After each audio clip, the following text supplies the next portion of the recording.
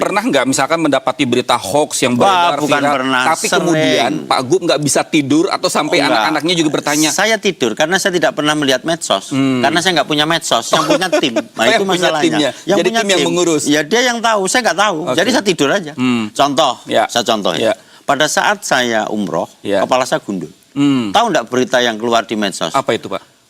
Pak Gubernur habis kemo. Ya apa? Padahal habis umroh dinarasikannya seolah-olah sedang sakit. Saya pun tidak sakit hati. Bahkan saya cek seluruh anak-anak media itu.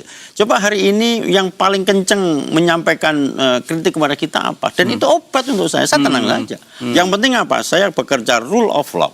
Saya tidak menyalahgunakan wewenang. Gitu. Kemudian saya bertanggung jawab terhadap apa yang kita lakukan. Terbukti Provinsi Jawa Tengah pertumbuhan ekonomi 5,89 di atas nasional.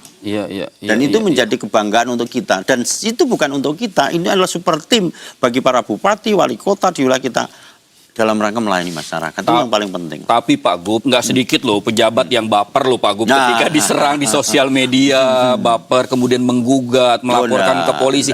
Apa resep Pak Gub? Sehingga kemudian ketika diserang, Pak Gub tetap tenang dan tetap fokus dengan program yang harus dijalankan di Jawa Tengah. Yang pertama, saya punya keyakinan sejak saya sebelum jadi gubernur bahwa sebaik-baik manusia adalah bermanfaat bagi orang lain.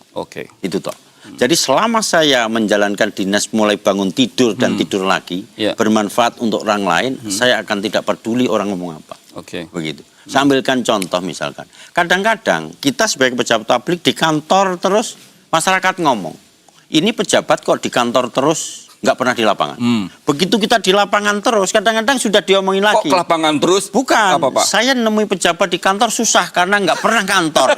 Ini kan persepsi yang berbeda. Makanya tergantung dari sudut mana memandang.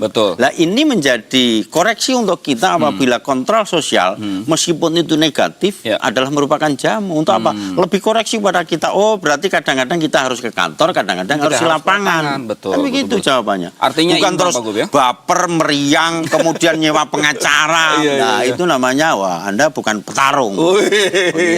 Tidak ada dalam kamusnya Pak Gub untuk melakukan itu. Karena semuanya adalah menjadi obat agar tetap lagi semangat